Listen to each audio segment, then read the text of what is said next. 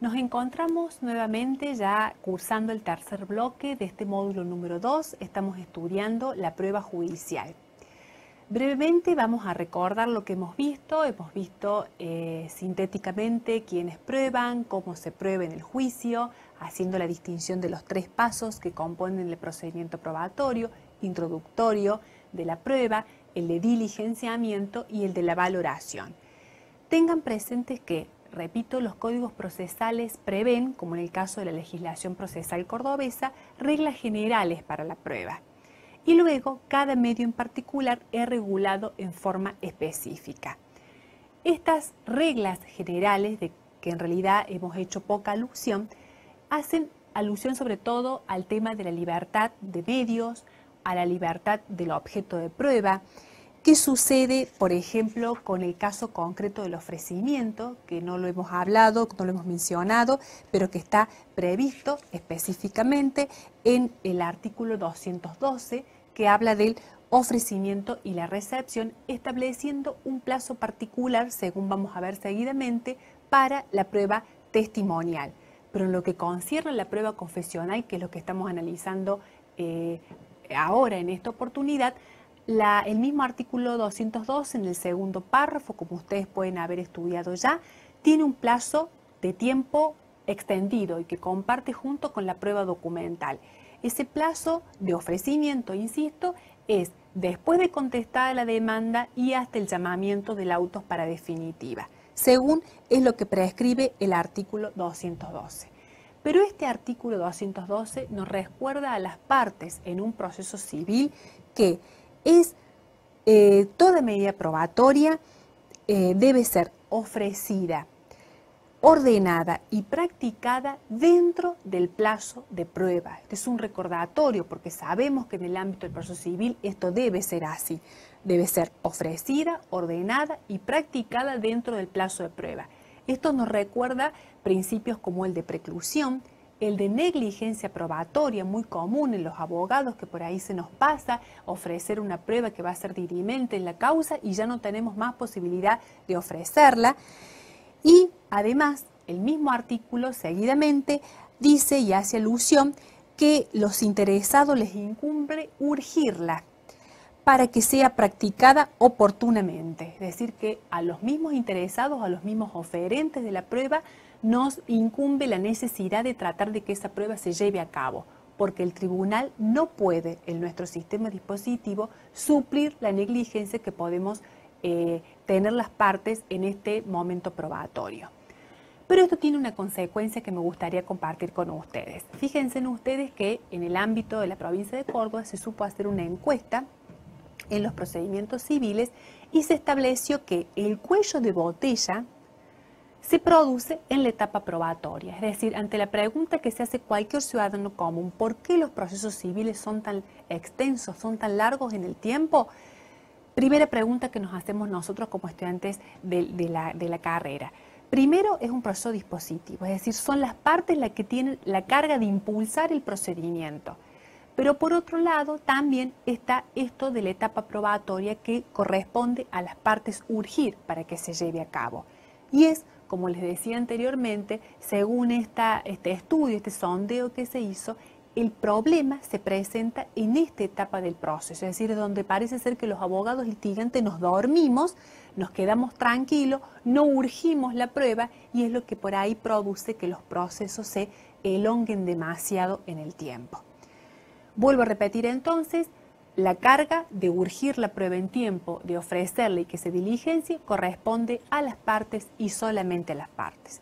Y esto también nos trae a colación otro concepto que nosotros ya hemos estudiado en otra oportunidad y que es bueno que lo recordemos, la carga procesal. Todo el proceso está asignado por la carga procesal, pero es en la etapa probatoria donde esta carga procesal no puede quedar dormida. Es decir, las partes debemos urgir, ofrecer y diligenciar la prueba porque las consecuencias pueden ser muy nocivas en el momento del dictado de la sentencia. Quien no probó pudiéndolo hacer puede sencillamente favorecer el contrario y perder el juicio. Y a veces es necesario que el ciudadano común sepa que no basta con tener el derecho, sino que ese derecho hay que probarlo. Y si no se prueba, conforme la ley prevé en los tiempos y las oportunidades procesales, por más derecho que exista, no se ha podido probar. Y el juez, al no conocer y no tener probado el hecho que se alega, deberá desestimar esa pretensión. Y eso es muy grave, sobre todo para el ciudadano en general, que puede verse desalentado y perder un derecho porque el abogado no urgió en tiempo la prueba que hacía su derecho. Hecho este sondeo, esta aclaración, que estas normas generales respecto a la prueba en el ámbito del Código Procesal Civil cordobés están en el artículo 198 hasta el artículo 216. Y luego comienza la regulación de los medios en particular. Habíamos quedado nosotros en la prueba confesional y dentro de la prueba confesional habíamos analizado que solamente las partes son los sujetos que pueden confesar en un proceso, que tiene que ser una confesión que perjudique al declarante y beneficie al contrario, que esta declaración puede ser llevada a cabo en cualquier oportunidad del proceso, en cualquier escrito judicial, aún en el de ofrecimiento de la prueba, la parte puede reconocer el hecho y el derecho que le asiste al contrario. Esa es una forma de confesar. Es decir, que la confesión puede ser entonces, desde ese punto de vista, expresada en un escrito o bien puede ser expresada en forma verbal en el momento de la absolución de posiciones. Habíamos analizado nosotros también que la confesión puede ser judicial o extrajudicial. Cuando hablamos de confesión judicial, estamos hablando de aquella que es llevada a cabo frente al tribunal que entiende la causa, o bien extrajudicial, que la ley procesal prevé específicamente diciendo que aquella que es realizada fuera del proceso judicial puede ser llevada al juicio, pero valdrá como prueba testimonial, es decir, tendrá un efecto o un mérito probatorio distinto que la que es rendida en juicio. Habíamos hablado también de la prueba teniendo en cuenta la clasificación por su origen, espontánea en cualquier escrito del pleito. Cualquier escrito del pleito no requiere ningún tipo de formalidad. Y también la provocada, llamada también absolución de posiciones, que como advertimos tiene un plazo temporal de ofrecimiento bastante más extenso que el resto de los medios probatorios. Esta audiencia se lleva a cabo, esta audiencia de absolución de posiciones, se lleva a cabo citando a la parte, quien deberá ser citada en su domicilio real, porque es un acto personal, deberá acudir en forma personal, y se realiza a través de lo que se denomina el pliego de absolución de posiciones. Algo arcaico, algo que la doctrina se ha encargado de criticar acertadamente, porque lo cierto es que en estas épocas hablar de pliego de posiciones y de absolución de posiciones y que cada una de las posiciones se realiza de la siguiente manera para que jure como es cierto que el día tal cruzó el semáforo en rojo, esa crítica que hace la doctrina tan justa y de tanto tiempo es que ya no tiene sentido hablar en el derecho procesal civil con este formulismo y con este rigor.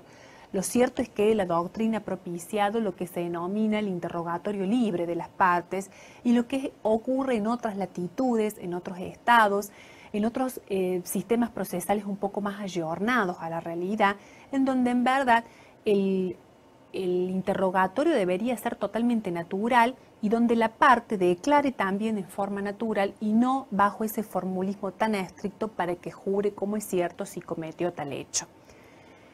Esto que acabamos de decir es lo que constituye la posición, por el cual el confesante deberá declarar por sí o por no y deberá, si quiere, hacer las explicaciones o las ampliaciones que considere oportunas. Este pliego de posiciones, que como dijimos debe ser redactado y dejado en la secretaría del tribunal hasta el momento del día de la audiencia, que es cuando se procede a la apertura, queda reservado en la misma secretaría del tribunal. Labra del acta, una vez de que el confesante ha respondido cada una de las posiciones formuladas, quiero hacerles la siguiente salvedad. La ley habla con un rigor como si el juez estuviese presente en el momento de la audiencia. Bueno es que ustedes sepan es que Nunca los jueces en los sistemas civiles como los nuestros, rigurosamente escritos, como dice el doctor Morelo, nunca están presentes en las audiencias. Es decir, estas audiencias que vamos a ver nosotros de diligenciamiento de la prueba son realizadas con las partes involucradas, actor y demandado, y sus respectivos abogados. Es decir, no interviene el juez en absoluto, porque ustedes deben recordar de que el principio de inmediación en el ámbito procesal civil no existe. Esto es lamentable, pero creo que como docente debo informarles esto a los alumnos, los que tienen posibilidad de acceder a tribunales o los que tienen familiares que son abogados, que conocen la realidad tribunalicia, no les estoy diciendo nada nuevo. Pero aquellos que quizás como yo, cuando era estudiante y me confiaba de los libros y yo me pensaba que cuando ejerciera el derecho procesal civil iba a estar frente a un juez en una audiencia, eso es una utopía. Lamentablemente, el exceso de trabajo, al menos en lo que es la provincia de Córdoba, ha limitado la participación directa de los jueces y los jueces se encuentran frente al proceso civil una vez que tienen que dictar la sentencia. Es decir, el principio de inmediación es totalmente nulo, no existe. Queda un resabio de esta posibilidad de que los jueces puedan estar frente a las partes involucradas con la recepción legislativa del artículo 58 del Código Procesal Civil Cordobés, en donde los jueces pueden convocar o las partes solicitar lo que se denomina la audiencia de conciliación o la audiencia a los fines de la conciliación. Pero lo cierto es que, salvada esta posibilidad que poco también se aplica, los jueces no están en contacto directo con las partes ni con los medios probatorios en el proceso civil. Terminada entonces esta audiencia de absolución de posiciones, quiero hacerles otra aclaración. ¿Qué sucede si la parte convocada a una absolución de posiciones no va? O ante la pregunta o la posición que le formule la contraria no responde o responde en forma evasiva. ¿Qué sucede? La ley lo prevé expresamente a estos dos supuestos. Quien no concurre a una audiencia de absolución de posiciones estando debidamente notificado puede ser tenido por confeso, es decir, puede como que los hechos alegados por el contrario pueden ser presumidos por cierto. Esto es una presunción que, como toda presunción, es tantum desde este punto de vista. Es decir, no es iure de iure y será obviamente desvirtuada por prueba en contrario o por el conjunto de elementos probatorios que pueda tener el juez en la causa. Lo mismo cabe decir respecto al confesante que va a la audiencia de absolución de posiciones, pero que no contesta o contesta en forma evasiva. Esto es un indicio para el tribunal de que los hechos alegados por el contrario pueden ser ciertos. Pero insisto, es una presunción que puede ser desvirtuada por prueba en contrario. Vamos a continuar un poco más en el próximo bloque respecto a continuar con la prueba de la absolución de posiciones. Vamos a hacer referencia a los otros medios de prueba, pero los voy a invitar seguidamente a que podamos visualizar un video. En este caso particular es la declaración de un testigo, concretamente en el caso von Bernich. Este testigo, quiero hacerle la salvedad, no es un proceso civil, verán ustedes que es un proceso de tipo oral, pero es simplemente para que podamos visualizar cómo el tribunal puede formular las preguntas al testigo. Los invito a ver el video y nos encontramos en el próximo y último bloque. Vamos a dar paso directamente al testimonio de Rubén Schell, porque está narrando en este momento su encuentro con un sacerdote en el centro de detención clandestino conocido como Brigada de Quilmes, un sacerdote que fue anunciado como el Cuervo. Escuchamos el testimonio de Rubén Schell. ¿Vos sos católico? Sí, yo soy católico, vengo de una familia profundamente católica. Un tío de papá era obispo, así que vengo de una familia profundamente católica. Y me dice, ¿pero vas a alguna iglesia? Sí, sí voy. Y entró a sonsacarme a qué iglesia iba, a qué parroquia, qué hacíamos en la iglesia. Y lo que hace todo buen cristiano, ir a la iglesia, estar con un grupo de jóvenes. Pero seguís haciendo política, ¿no? No estamos hablando de religión o de política, digo. Me dice, pero hay cosas que no van. ¿Cómo se llama el cura? Y son sacarme cosas así. ¿Quiénes son tus amigos? En un momento dado dice, pero vos estás de novio, ¿no? Sí, sí, estoy de novio. Y pero cagaste ahora, dice. Te van a cerrar la puerta en la cara, no te va a esperar más. Son esas cosas así. Le digo, mire, yo le voy a decir una cosa.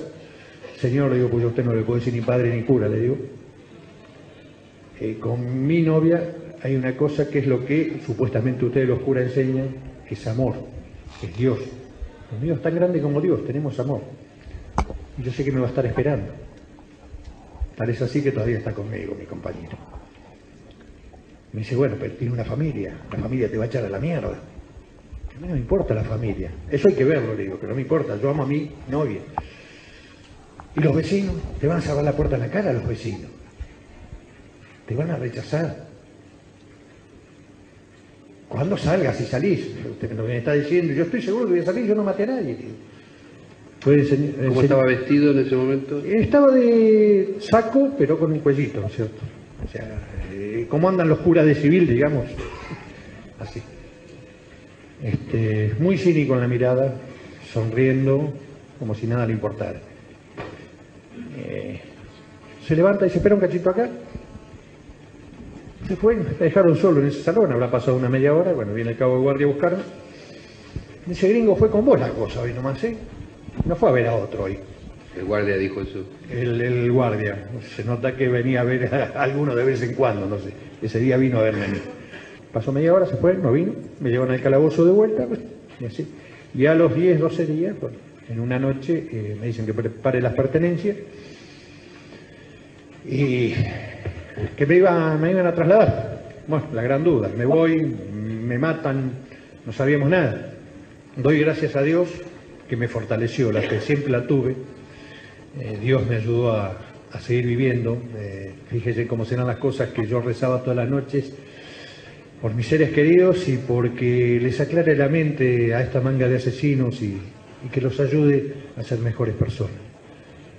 Porque era muy cruel lo que estaban haciendo con todos nosotros. ¿Llegó a escribir algo usted en la pared o...? Sí, risueñamente quedó una moneda, entre todo lo que me sacaron me quedó una moneda en el bolsillito chiquito del pantalón y rasqué la pared y escribí, mamá, perdón. No, y... tome su tiempo. Está bien, escribí mamá y escribí Ana, que son los dos amores de mi vida. Amén de mis hijos, ¿verdad que ellos vinieron a posteriores?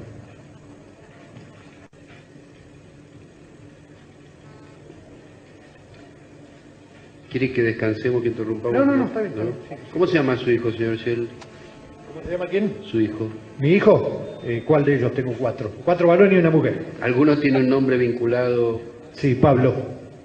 ¿Qué vinculación tiene con él? Le puse Pablo en honor a Pablo Diquis, que lo conocí en esa circunstancia tan tremenda. ¿El que estaba en el baúl? El que estaba en el baúl.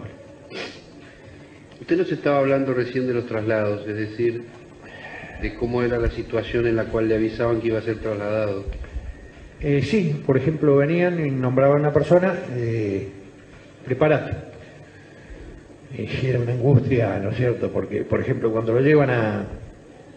¿Ves cómo son las cosas? No se le pasa. Cuando se lo llevan a César, Colorado, y a Babi me da hasta las indicaciones cómo llegar por la zona de San Martín. No, nunca me atreví porque había que ir por la ruta 8, bueno, yo no conocía.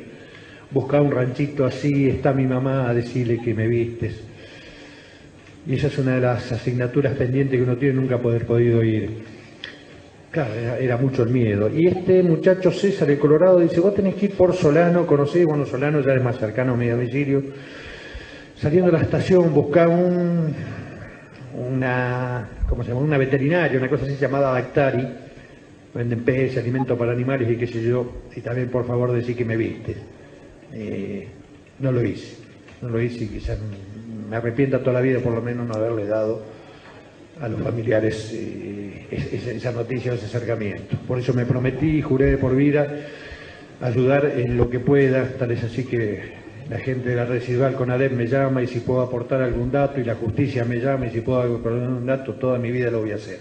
Pero en algún caso llegó a avisar usted. Me llevé a avisar con mucho miedo por teléfono de la casa de una tía mía que me lleva, después que me largan a mí, me lleva a mi tía a pintarle el departamento, pero para sacarme de donde estaba y me tiene refugiado ahí en su casa en San Telmo. Y se dan muchas casualidades, ¿no? Pero para avisarle a Jorge Allega, llamo por teléfono a la casa y con mucho miedo aviso y corto. Pues se da la casualidad que Jorge Allega, un muchacho que era ingeniero electrónico, llegó a hacer cosas con un sobrino de mi tío en la cuestión de electrónica. Ellos hacían fábrica de relojes de control y con sistemas electrónicos llegaron a hacer algo y lo conocía. Entonces avisé así a la casa, pero con mucho miedo, con mucho miedo. Queridos amigos, retomamos entonces los conceptos que estamos estudiando en este módulo número 2. En este último bloque vamos a decir de que por el modo de que puede ser vertida la confesión, esta puede ser expresa o forma tácita. En tácita serían los últimos casos que hemos visto, cuando se desprende de ciertas actitudes que puede asumir, como por ejemplo no contestar en la absolución de posiciones, que puede ser valorado por el tribunal de acuerdo a la sana crítica racional, y por la forma puede ser verbal o escrita. Es decir, en verbal sería el caso concreto de la absolución de posiciones. Cuando la confesión es expresa y puede ser verbal, en el caso de la absolución de posiciones, el juez va a merituar esa prueba conforme a las reglas de la sana crítica racional.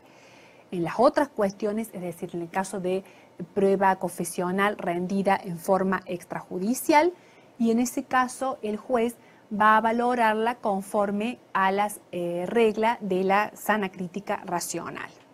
Vamos a pasar al próximo medio de prueba. Vamos a hablar concretamente de la prueba testimonial. La prueba testimonial podemos decir gráficamente que es una declaración representativa realizada por quien no es parte en el proceso, y acá vamos a advertir una diferencia respecto a la prueba confesional, que se hace ante un juez.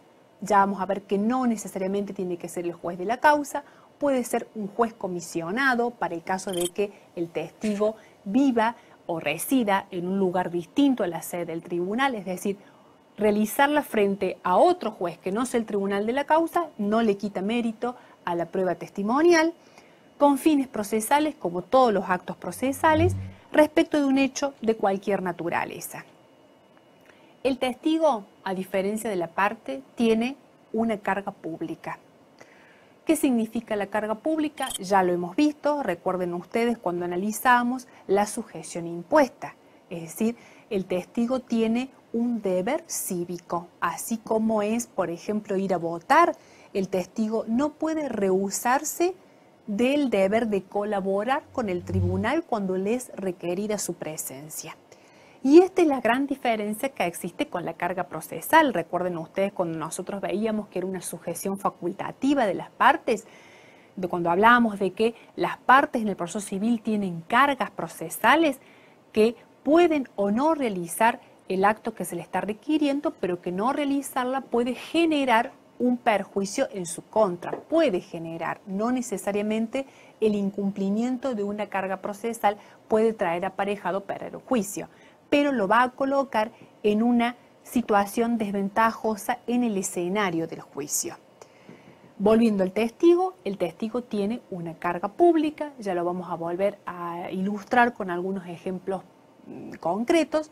Lo cierto es que el testigo no puede dejar de cumplir el deber de asistir cuando el tribunal lo cite. Estos testigos tienen características.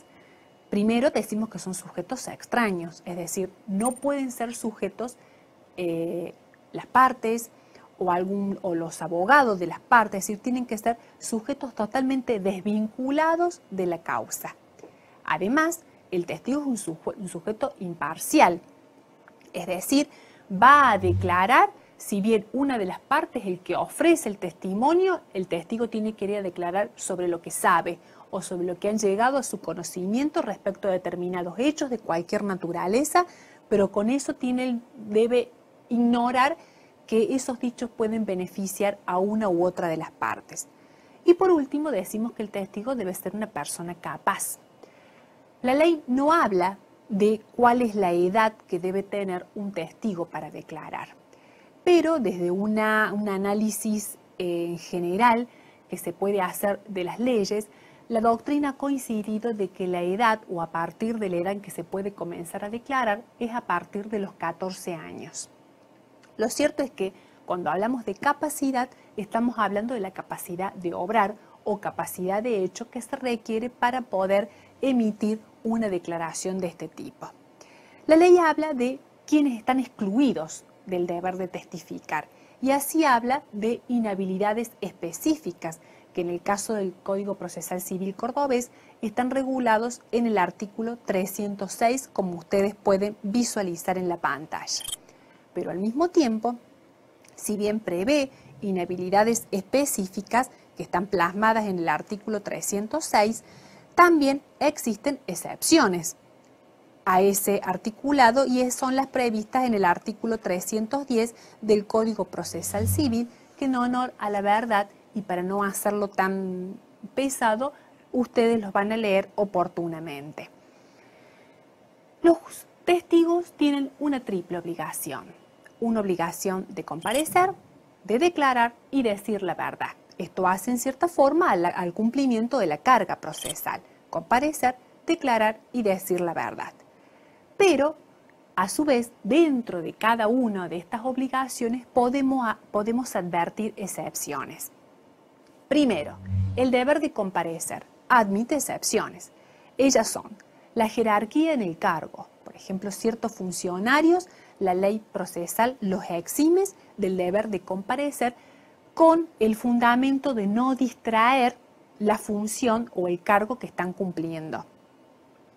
Por otro lado, también la excepción a comparecer hace alusión a la imposibilidad física, ya sea por razones de enfermedad o de edad avanzada, que el testigo no pueda concurrir a la sede del tribunal. En el primer caso, es decir, cuando hablamos de la jerarquía del cargo, están eximidos de comparecer, pero no de declarar. Es decir, que deberán declarar de manera escrita, prevé la ley. Y en el caso de la imposibilidad física, la ley prevé que el mismo tribunal se constituya en donde está residiendo el testigo y le tome personalmente la declaración. Respecto a la tercera excepción que vamos a mencionar es cuando el testigo resida fuera de la provincia, que es lo que hablábamos al comienzo, diciendo que en este caso no va a ser el juez actuante en la causa el que va a tomar la declaración, sino que va a ser un tribunal que corresponda a otra circunscripción o que tenga asiento en el lugar en donde resida el testigo. En este caso es lícito que el tribunal competente en la causa le solicite la colaboración a un par de otro lugar a los fines de que recepcione el testimonio del testigo. La segunda obligación que nosotros habíamos mencionado es la obligación de declarar. Esta obligación de declarar, a su vez, admite excepciones. Y estas excepciones están previstas en el artículo 308 del Código Procesal Civil, que ustedes deben haber tenido oportunidad de leer, pero que a su vez este artículo 308 tiene un fundamento a la excepción de declarar en el juicio como testigo. Y en primer lugar tenemos que decir que el fundamento del artículo 308 es tutelar el derecho constitucional de la defensa en juicio. Eso respecto al primer inciso. Pero respecto al segundo inciso, la obligación de declarar se ve limitada cuando quien vaya a declarar ponga de manifiesto un secreto profesional. Esas serían las excepciones que prevé la ley respecto a la obligación de declarar. Y la última obligación que tiene el testigo es la de decir la verdad, por supuesto. Esto está legislado en el artículo 297 del Código Procesal Civil, que se dice que antes de declarar, los testigos deben prestar juramento o formular promesa de decir verdad de todo lo que supiesen o de todo lo que se les fuere preguntado, y serán informados de las consecuencias penales que puede llegar a tener el hecho de faltar a la verdad, que es lo que prescribe el artículo 275 del Código Penal cuando estatuye y tipifica como un delito el falso testimonio. A su vez, en similar sintonía, el artículo 313 del Código Procesal Civil prevé que cuando se advierta que el testigo ha incurrido en falso testimonio, se lo va a poner sin más trámite y a la brevedad a disposición de la justicia del crimen. Vamos a continuar y vamos a hablar respecto a la restricción temporal que tiene el ofrecimiento de la prueba testimonial. Ya habíamos hecho alusión nosotros en oportunidad del bloque anterior cuando hablábamos del artículo 212. Esta limitación temporal que atañe a la prueba testimonial hace alusión a los juicios ordinarios que una vez abierta la causa prueba, las partes pueden ofrecer dentro de los 10 días de abierta la causa prueba los testigos de los cuales hayan de valerse. Y respecto a esta restricción temporal tenemos que hacer mención que solamente es para el ofrecimiento, no para la recepción. Es decir, la recepción va a ser realizada en el momento probatorio, en el plazo probatorio, que como ustedes saben, el plazo probatorio es siempre fatal y común. Esta audiencia testimonial, así es el momento procesal en el que se recepta la declaración del testigo, se realiza conforme al día y hora que ha sido fijada por el tribunal una vez que ha sido ofrecida esta prueba, este medio de prueba. La manera de diligenciarla es a través de un pliego de preguntas.